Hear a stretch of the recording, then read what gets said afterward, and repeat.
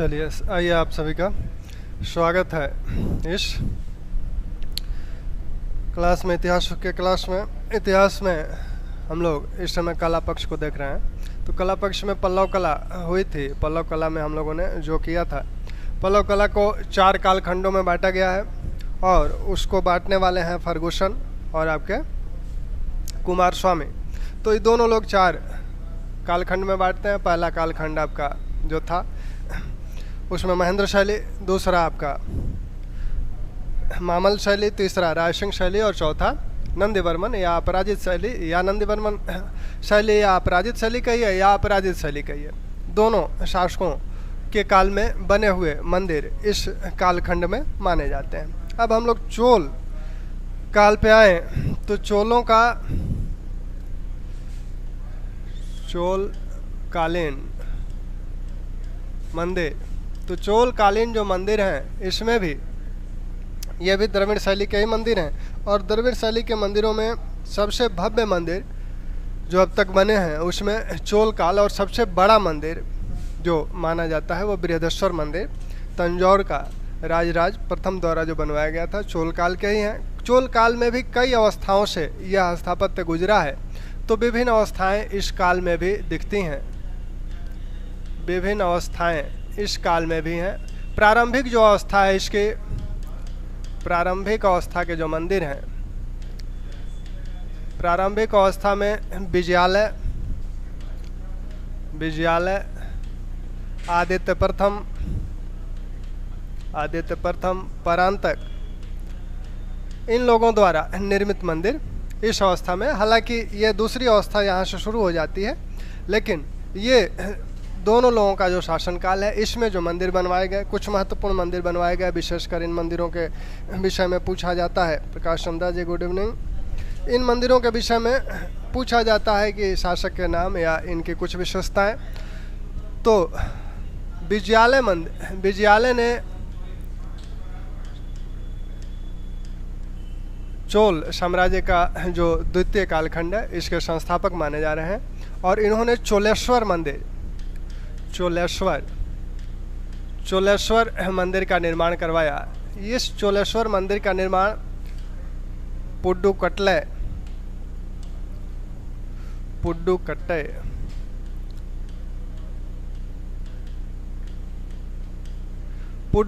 में चोलेश्वर मंदिर का निर्माण करवाया गया। इस चोलेश्वर मंदिर में, राजू सरोज जी, गुड इवनिंग। इस चोलेश्वर मंदिर में जो चीज़ देखी जाती है, इस वर्गाकार आधार पर गोलाकार गर्भगृह है इसके ऊपर वर्गाकार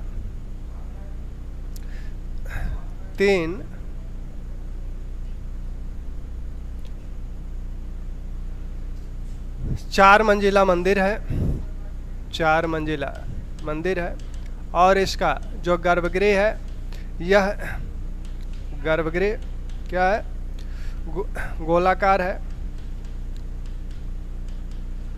4 मंजिलों में 3 मंजिलें जो हैं, 3 मंजिलें वर्गाकार हैं, 3 मंजिलें इसकी वर्गाकार हैं। और ऊपरी जो चौथी मंजिल है वह आपकी फिर गोलाकार है, चौथी मंजिल गोलाकार है। ठीक, चौथी मंजिल इनकी गोलाकार है। इसके ऊपर स्तूपिका है, इसके ऊपर आपकी स्तूपिका है। इसके आगे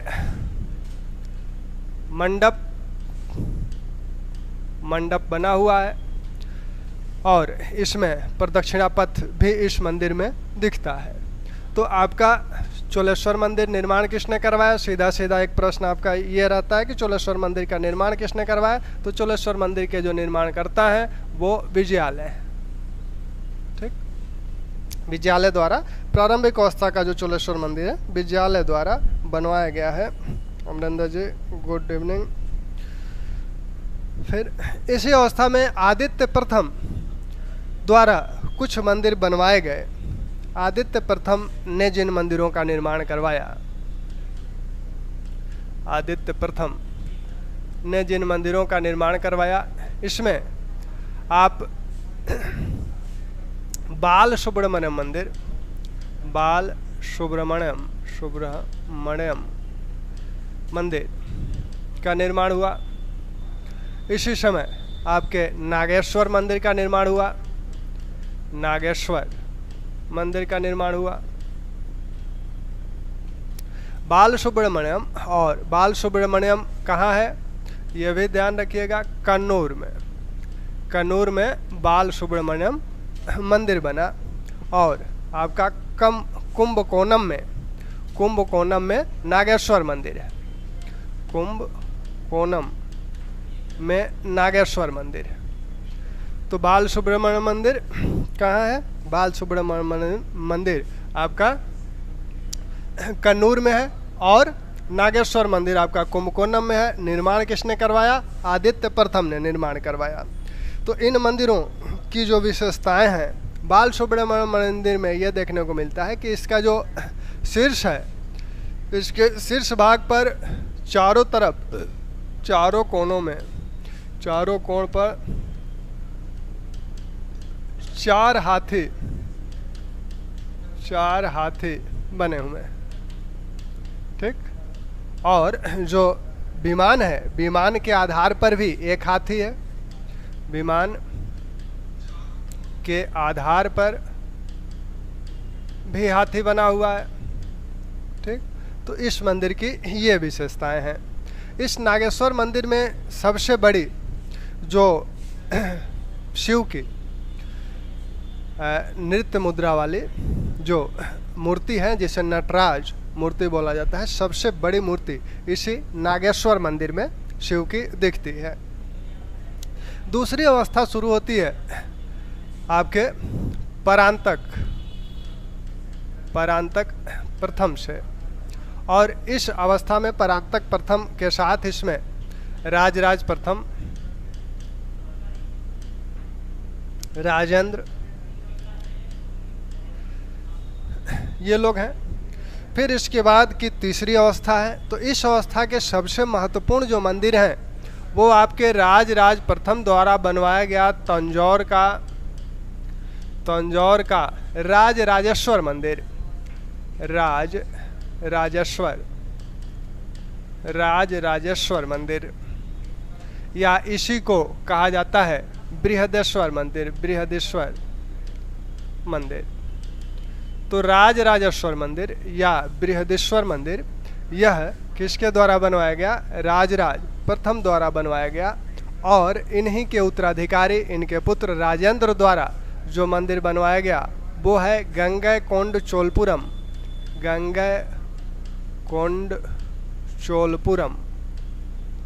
गंगैकोंडचोलपुरम का आपका बृहदेश्वर मंदिर इसे भी कहते हैं, लेकिन आप गंगैकोंडचोलपुरम का मंदिर कहें तो ज़्यादा अच्छा है, क्योंकि इसमें आपको कन्फ्यूजन ना हो। बृहदेश्वर मंदिर ये है, इसका प्रारंभिक नाम राजराज के नाम पर राजराजेश्वर मंदिर पड़ा, लेकिन जब चालुक्यों ने आक्रमण किया तब उस समय इसे नाम क्या रखा गया, बृहदेश्वर मंदिर, राष्ट्रकूटों के आक्रमण के समय इसका नाम बृहदेश्वर मंदिर रख दिया गया।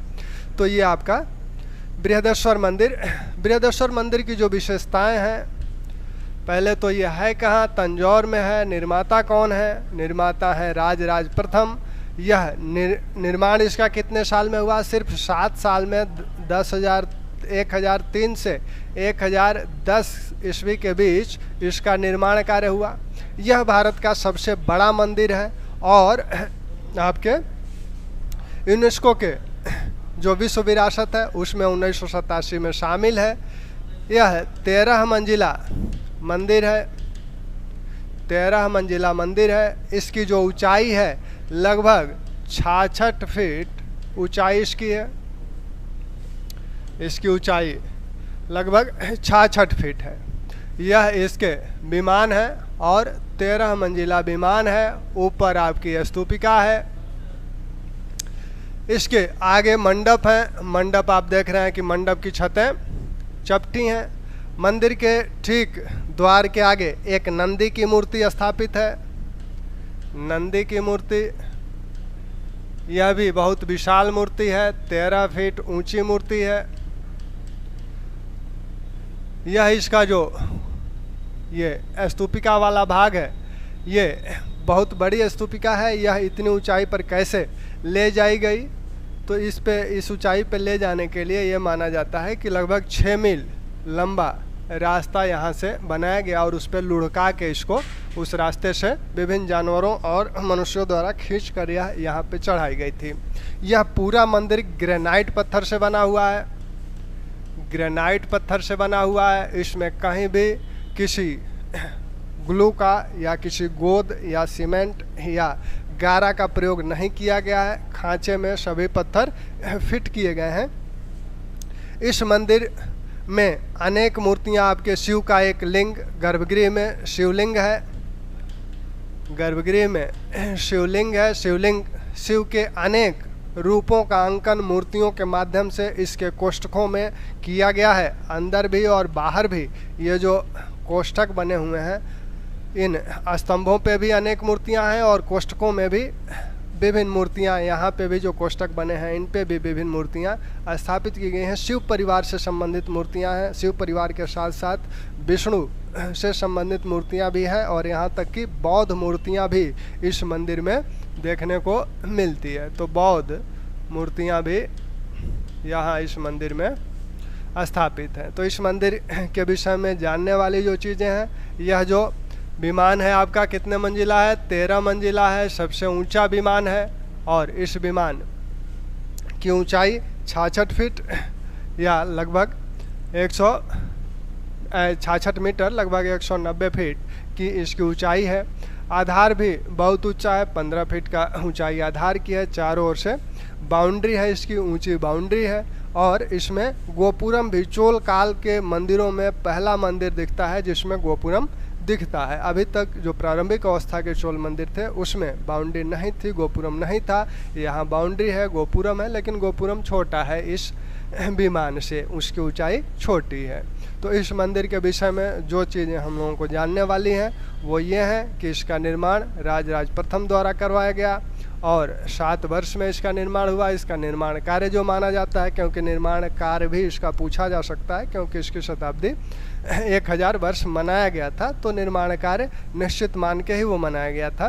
तो 1003 से 1010 के बीच ईस्वी के बीच इसका निर्माण कार्य माना जाता है। शिवलिंग के साथ नटराज शिव परिवार से संबंधित अनेक मूर्तियां इसमें स्थापित हैं, साथ में बौद्ध मूर्तियां भी इसमें स्थापित हैं। ठीक, तो ये आपका बृहदेश्वर मंदिर है। बृहदेश्वर मंदिर में अभी चित्रकारी की बात होगी तो बृहदेश्वर मंदिर का जो प्रदक्षिणा पथ है, प्रदक्षिणा पथ की गैलरी यानी प्रदक्षिणा पथ की जो दीवार है उसके बाहरी अंदरूनी हिस्से में अनेक चित्र बनाए गए हैं। लगभग शिव के 30 रूपों का अंकन इस गैलरी में हुआ है। दूसरा जो आपका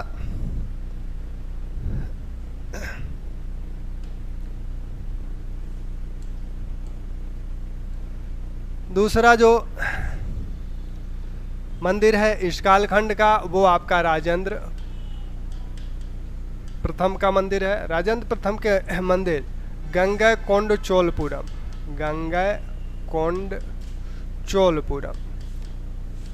ये माना जाता है कि इसने जो उत्तर भारत गंगा पे जो आक्रमण, गंगा दोआब पे जो आक्रमण किया था, गंगा घाटी में जो आक्रमण किया था, उसी के पश्चात इसने एक तालाब बनवाया था गंगैकोंड, और उसके बाद यहाँ एक मंदिर का निर्माण इसके द्वारा किया गया। यह मंदिर 8 मंजिला है और बिल्कुल वही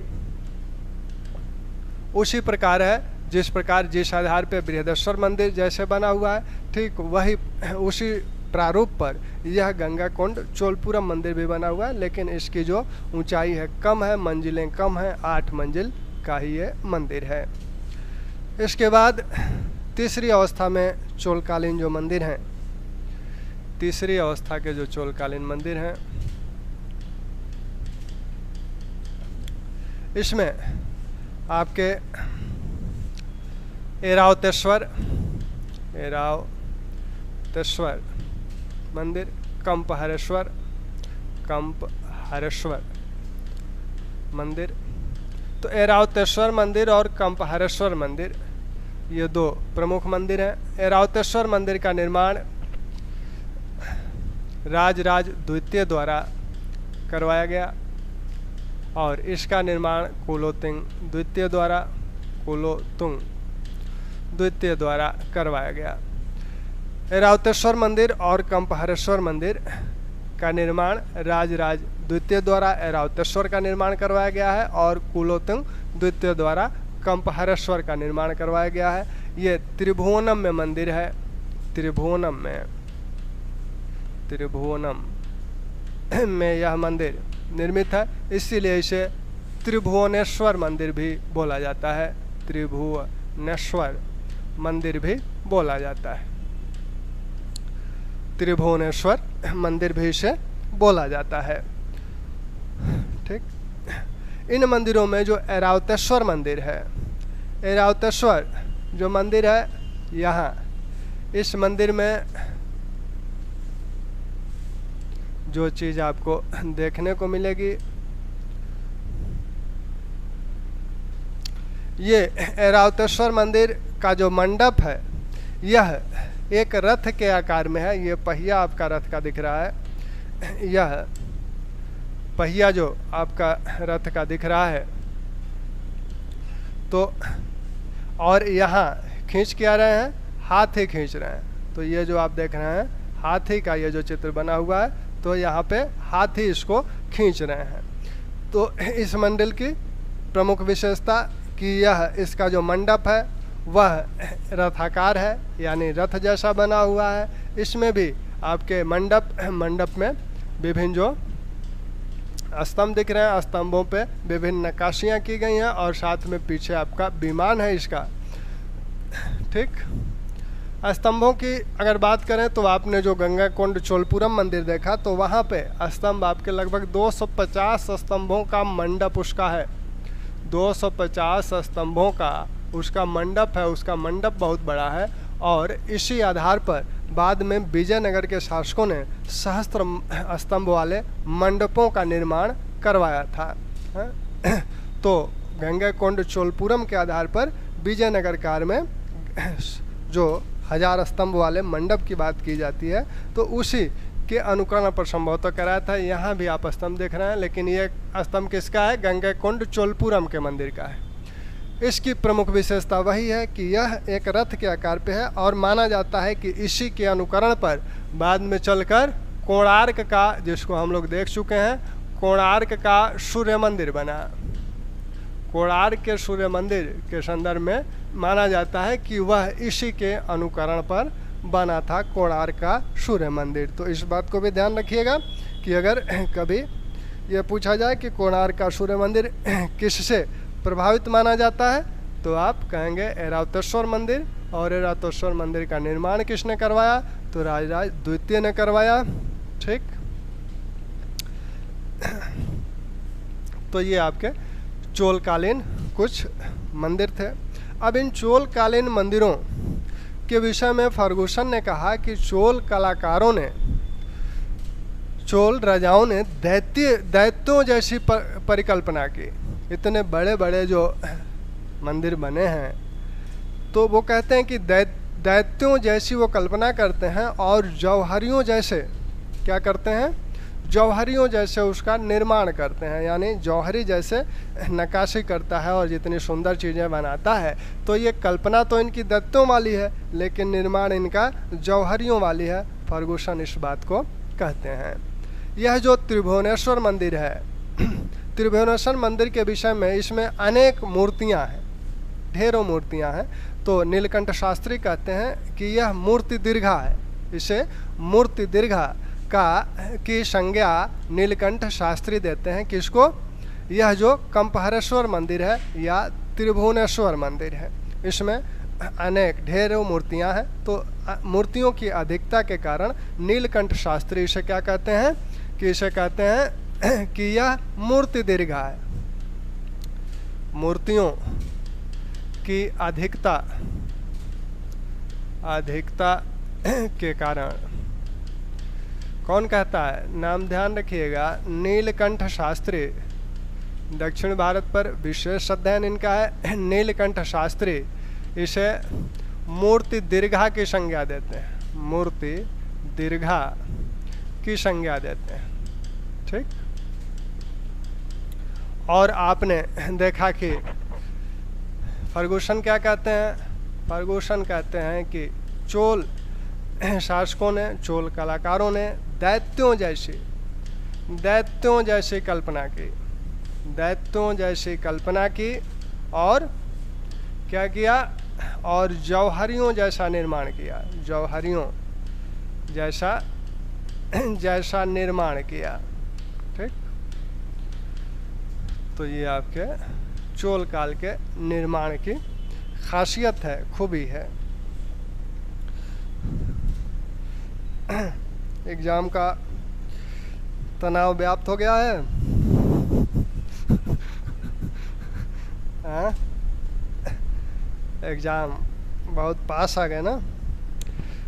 खैर चलिए, पास आ गए तो उससे घबरा के बहुत प्रेशर न लीजिए, लेकिन थोड़ा सा प्रेशर तो आवश्यक है और जितना संभव हो सकेगा उतना कराया जाएगा। और विशेषकर मुख्य जो टॉपिक हैं जहाँ से प्रश्न अधिक बनते हैं उन टॉपिक को पहले कर लिया जाए। तो कल से आपके मुख्य टॉपिक ही चलेंगे। जैसे इसके बाद आप कला की बात है तो कला के बाद के जो टॉपिक हैं, विशेषकर दक्षिण भारत में संगम काल और फिर आपके पल्लव चोल, और उत्तर भारत में आपका एक लेक्चर का पूरा राजपूत काल है। तो राजपूत काल में जितने भी साम्राज्य हैं, जितने भी राजा हैं या राजवंश हैं, तो उन राजवंशों की महत्वपूर्ण चीज़ें एक लेक्चर में उसको करा देंगे, या तो कल करा दें या परसों करा दें। तो उसको एक लेक्चर में करा दें और उतने आप उसको रट लीजिए, याद कर लीजिए, तो वहाँ से प्रश्न आपको मिल जाएंगे उतने से। उधर फिर दक्षिण में आपका पल्लव और चोल, संगम के बाद एक दिन में संगम हो जाएगा और पल्लव चोल हो जाएंगे। तो एंशिएंट आपका लगभग हो जाएगा, क्योंकि कल्ला पक्ष हो ही जा रहा है।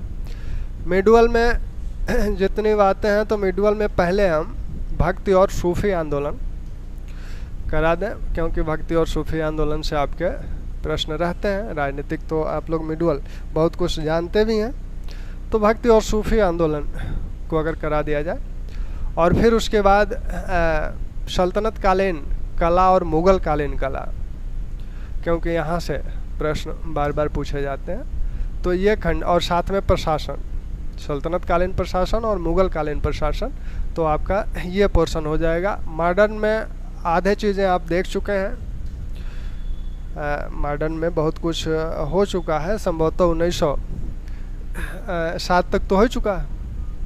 1907 के बाद की जो चीज़ें हैं, तो उसको या तो 2 क्लास हो जाएगी अगर समय, क्योंकि इस समय क्लासेस सबकी बढ़ गई हैं। बायोलॉजी राजेश्वर सर के भी क्लास बढ़ गई है, तो इस समय थोड़ा सा समय मिलना मुश्किल हो रहा है।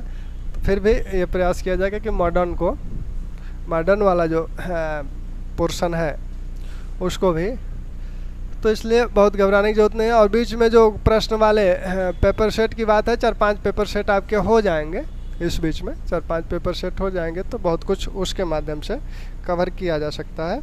ठीक है ना? तो यहाँ पे जो हम लोगों ने देखा, सबसे महत्वपूर्ण मंदिर इसका है वही बृहदेश्वर मंदिर या राजराजेश्वर मंदिर, राजराज प्रथम का। इस मंदिर की कई खासियतें हैं। इस मंदिर में जो पिलर्स हैं, इनके पिलर्स को बजाने पे उससे एक प्रकार की संगीतात्मक ध्वनि निकलती है, ऐसा माना जाता है। तो पिलर से एक संगीतात्मक ध्वनि निकलती है। गर्भगृह में तो लिंग है, लेकिन इस मंदिर में नटराज, शिव का नटराज के रूप में, और शिव का जो अन्य रूप हैं उसका, जैसे चंडेश अनुग्रह, या उनका जो विराटेश्वर रूप है, या उनका जो परांतक रूप है, पुरांतक रूप है, तो इन सारे रूपों को इस मंदिर में, बृहदेश्वर मंदिर के मूर्तियों में दिखाने का प्रयास किया गया है। इस बृहदेश्वर मंदिर की मूर्तियों के माध्यम से नृत्य की 108 शैलियों को दिखाया गया है। नृत्य के माध्यम से 108 शैलियों का अंकन यहाँ बृहदेश्वर मंदिर की मूर्तियों के माध्यम से किया गया है। जो चोलकालीन या पल्लवकालीन आपकी जो मूर्तिकला और चित्रकला है, तो चोलकालीन जो पल्लवकालीन जो चित्रकला मूर्तिकला है, तो पल्लवकालीन मूर्तिकला में आपने विभिन्न पल्लव मंदिरों में जो देखा था कि मूर्तिकला के जो स्वरूप दिखे थे, यानी यहाँ जो मूर्तियाँ बनी हैं आपके विभिन्न देवी देवताओं की मूर्तियाँ तो बनी ही हैं, साथ में आपने देखा था कि कहानियों के स्वरूप में विभिन्न जो रामायण और महाभारत के कथानक हैं उनको मूर्ति का स्वरूप देने का प्रयास वहाँ किया गया था, और यहाँ भी मूर्ति का उन्हें स्वरूप देने का प्रयास किया जाएगा।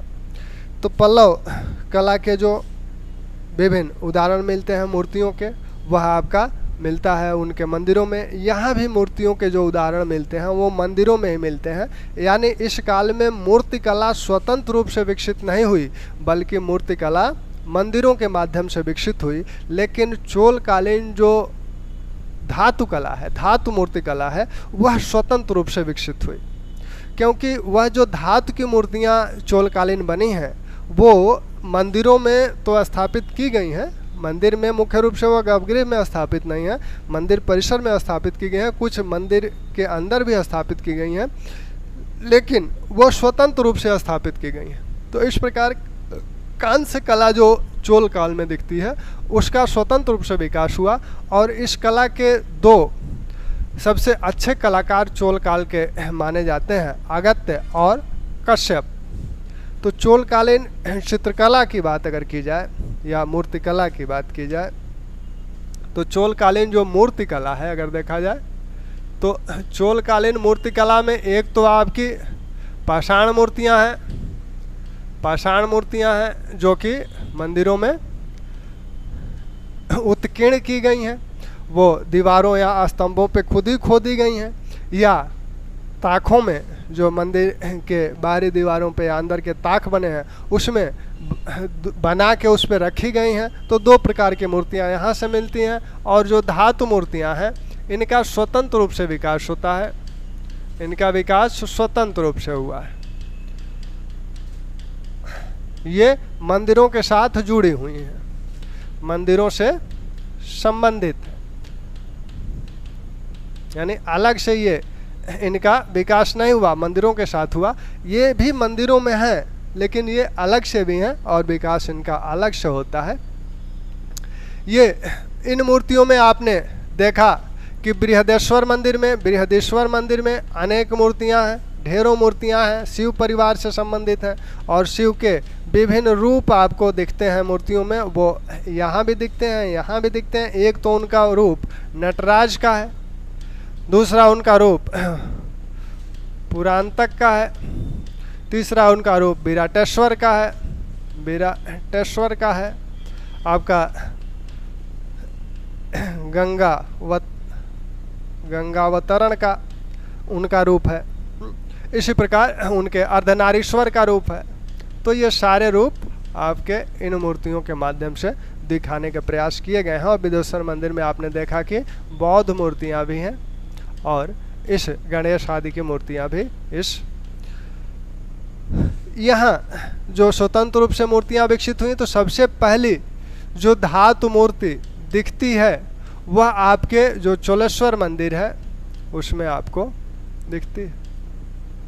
चोलेश्वर मंदिर में सबसे पहली धातु मूर्ति दिखती है। धातु मूर्तियों में सर्वाधिक सुंदर जो मूर्ति है वो आपकी मूर्ति है नटराज की।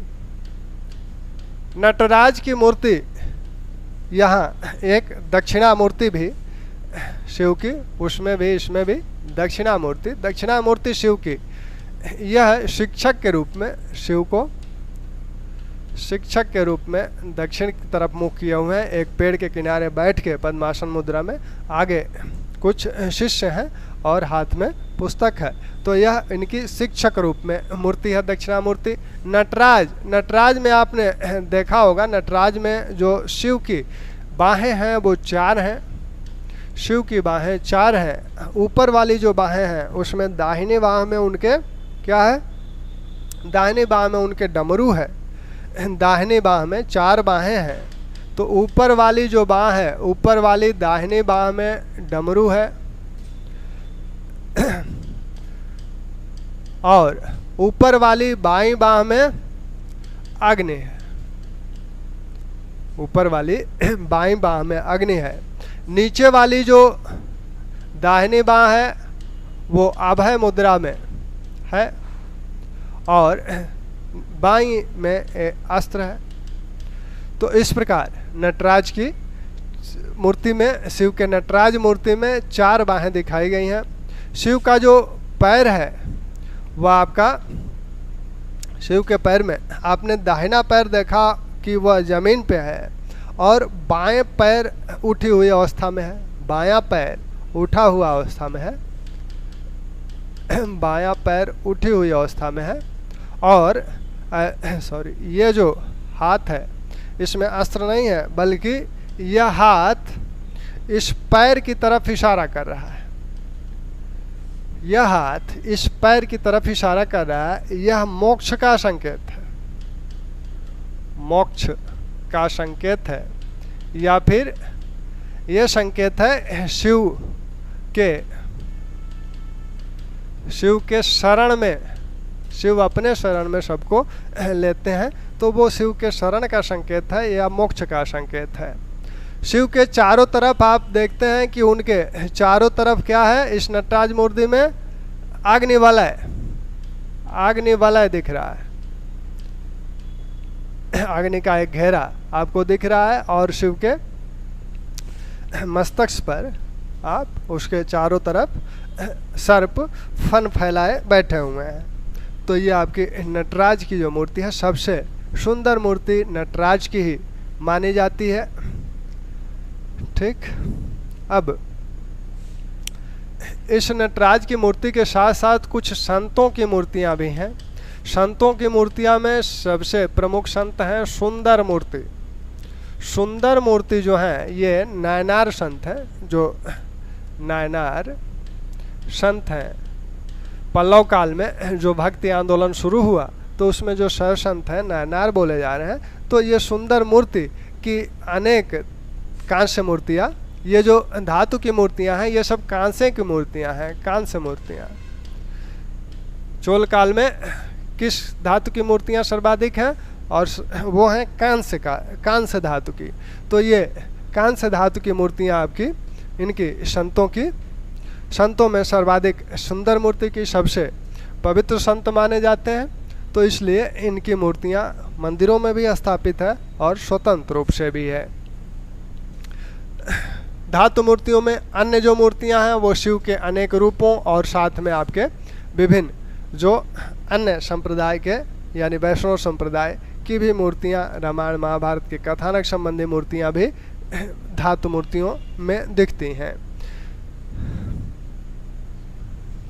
इन धातु मूर्तियों में जो ये नटराज की मूर्ति आपकी जो मिली है या फिर अर्ध नारीश्वर की जो मूर्ति मिली है, वह अनेक स्थानों से ये मूर्तियाँ मिली हैं। तिरुवल्लनकड़ू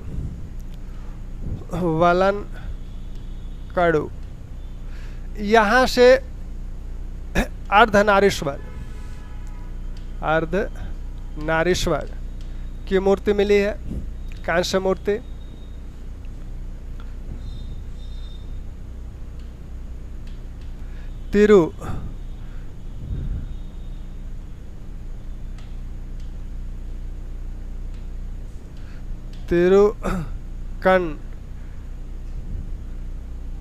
कनकट्टे, इनके नाम जो है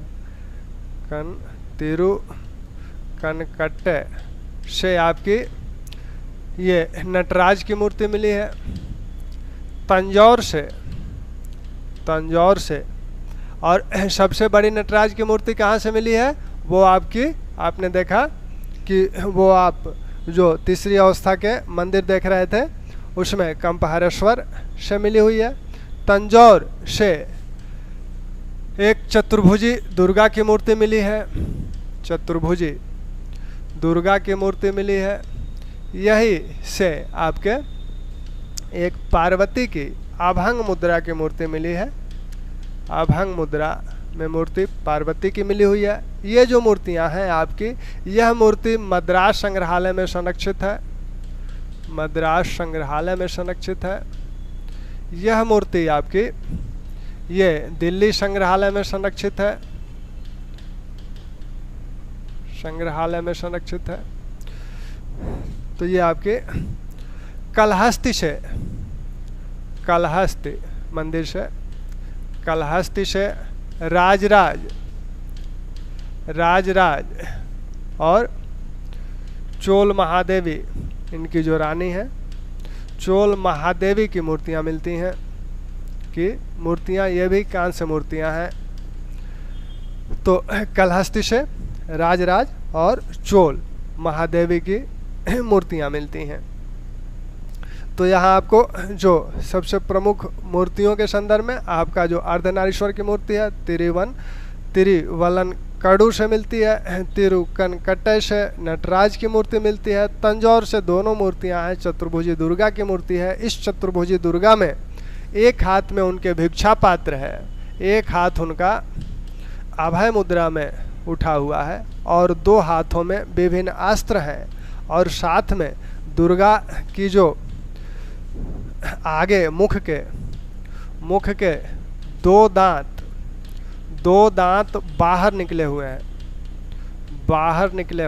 ये बड़े निकले हुए हैं। ये बड़ी प्रभावशाली मूर्ति मानी जाती है। तो इसका भी ध्यान रखिएगा। ये मूर्ति कहाँ से मिली है? तंजौर में रखी हुई है। तो तंजौर से प्राप्त हुई है। ठीक। राजराज की जो मूर्ति मिली है वो कालहस्ती से मिली है और राजराज और चोल महादेवी की मूर्तियां यहाँ से कालहस्ती से मिली हैं। ठीक, यहाँ तक ठीक है।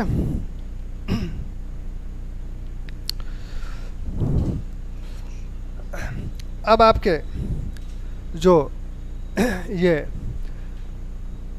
पल्लव मूर्तिकला जो थी, तो पल्लव मूर्तिकला में भी आप वहाँ की मूर्तिकला के विषय में बहुत कुछ ऐसा नहीं है जो पूछा जाता हो बार बार। ये चीज़ें आपकी यहाँ से पूछी जाती हैं, इसलिए इसको ध्यान रखने की जरूरत है।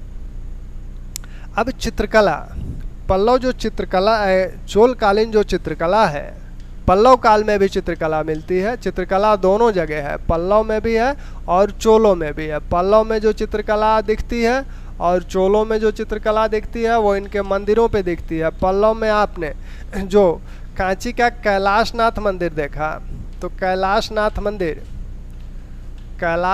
मंदिर में भी चित्रकला के साक्ष्य मिले हैं।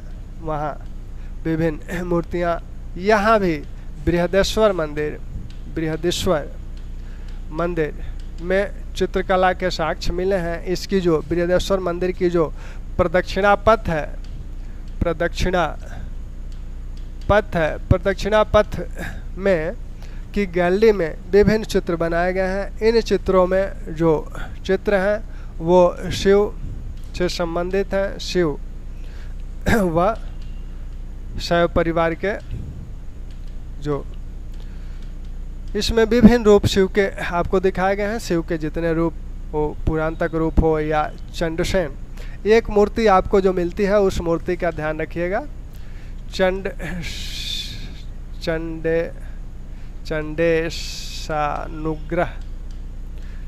चंडेश अनुग्रह मूर्ति जो मिलती है, चंडेशानुग्रह, यह मूर्ति आपके गंगैकोंड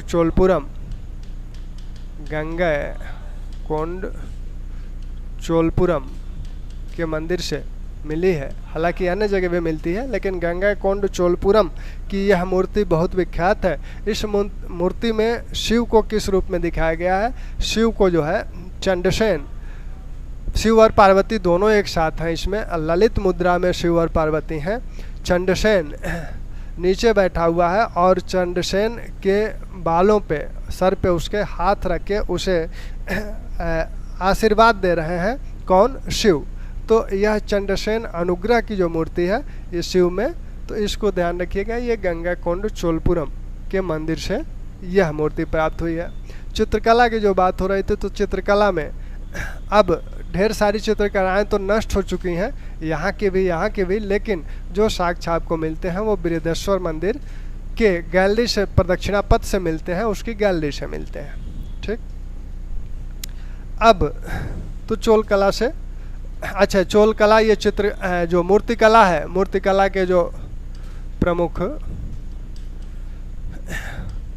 जो विशेषकर धातु मूर्ति कला के, इसके जो नायक मतलब मूर्तिकार हैं, 2 मूर्तिकारों के नाम मिलता है।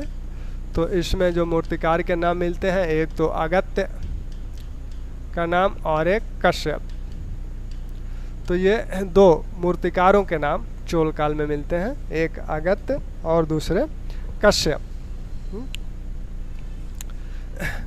और जो तंजौर मंदिर का वास्तुकार, मुख्य वास्तुकार तंजौर का जो बृहदेश्वर मंदिर है, बृहदेश्वर मंदिर का जो वास्तुकार, मुख्य वास्तुकार का नाम मिलता है, वह आपका पूरनचंद्रेश का नाम, मल्लानी आगे भी इसके नाम है, तो आप मल्लानी, वो लंबा नाम है उसका, तो इसको आप ध्यान रखिएगा। पूरनचंदेश यहाँ का तंजौर के बृहदेश्वर मंदिर का प्रमुख वास्तुकार माना जाता है। यहाँ जो धातु मूर्तिकार हैं, सबसे प्रमुख जिनके नाम मिलते हैं वो आपके अगत्य और कश्यप हैं। अब तो चोल काल संबंधी कला हो गई लगभग। अब यहाँ से जो भी प्रश्न आपको, आप खुद ही जो है अनसॉल्व करिए, देखिए कि वहाँ से कौन से प्रश्न, अगर कोई प्रश्न ऐसा है कि जो नहीं है तो आप बताइए। एक कला आपको चालुक्यों के संदर्भ में दिखती है, चालुक्य कालीन जो कला है। तो चालुक्य काल में 2 काल आप देखते हैं, एक तो आपके बादामी के चालुक्य हैं, कल्याणी के चालुक्य हैं। तो इन चालुक्यों के संदर्भ में जो कला के साक्ष्य मिलते हैं वो 3 जगह से मिलते हैं आपके, बादामी, ऐहोल और पतडक्कल। तो चालुक्य कला जो मिलती है वो आपकी बादामी से मिलती है, ऐहोल और पतडक्कल।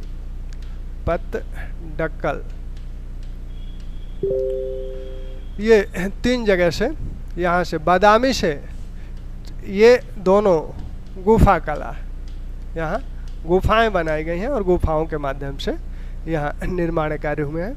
यहाँ से 4 गुफाएं मिलती हैं। इसमें आपकी 3 ब्राह्मण धर्म से संबंधित है, हिंदू धर्म से संबंधित है और एक जैन धर्म से संबंधित है। ठीक, तो बादामी से 4 गुफाएं आपकी चालुक्यकालीन है, जिसमें से 3 हिंदू धर्म से संबंधित है और एक गुफा आपकी जैन धर्म से संबंधित है। ऐहोल से लगभग 70 मंदिर मिलते हैं। इसे मंदिरों का नगर बोला जाता है, मंदिरों का नगर बोला जाता है। ऐहोल को मंदिरों का नगर बोला जाता है। लगभग 70 मंदिर यहाँ से मिले हुए हैं। इसी में रविकीर्ति द्वारा यहाँ से जो मंदिर हैं वो ब्राह्मण हिंदू धर्म से भी हैं, वैष्णव धर्म से भी संबंधित हैं और शैव धर्म से भी संबंधित हैं, जैन धर्म से भी संबंधित हैं। तो यहाँ वैष्णव धर्म से संबंधित हैं, शैव धर्म से संबंधित हैं और जैन धर्म से संबंधित मंदिर मिलते हैं। यहीं से रविकीर्ति द्वारा स्थापित, रविकीर्ति द्वारा बनवाया गया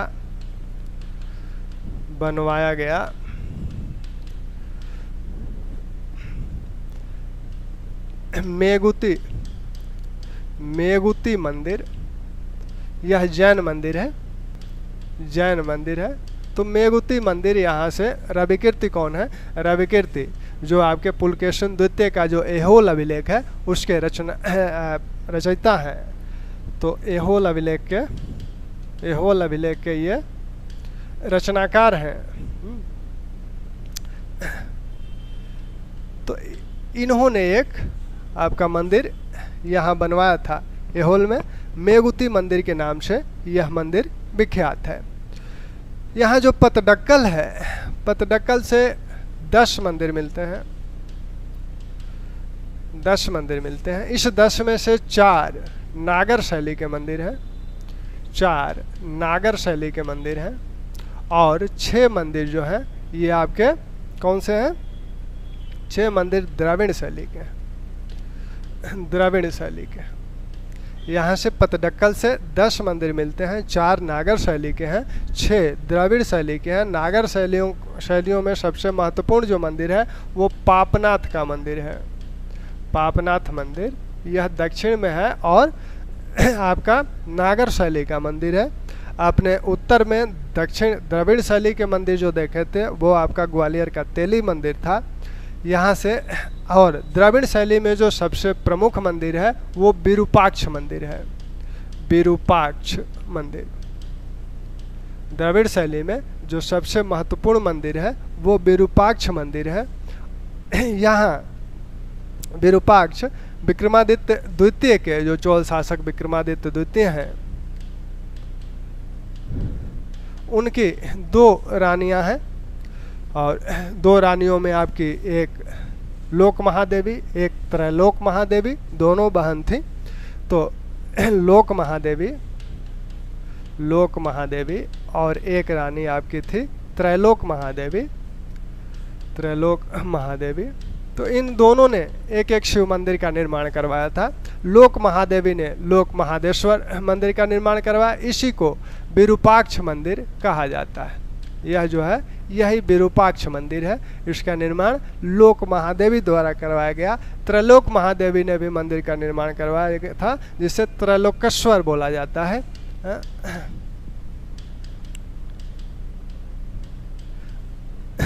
ठीक, तो पतडक्कल से आपके 10 मंदिर प्राप्त होते हैं, जिसमें से ध्यान रखिएगा कितने 4 नागर शैली के हैं और 6 जो हैं आपके द्रविड़ शैली के मंदिर हैं। और इसमें जो है नागर शैली का सबसे प्रमुख मंदिर जो माना जाता है पापनाथ मंदिर माना जाता है।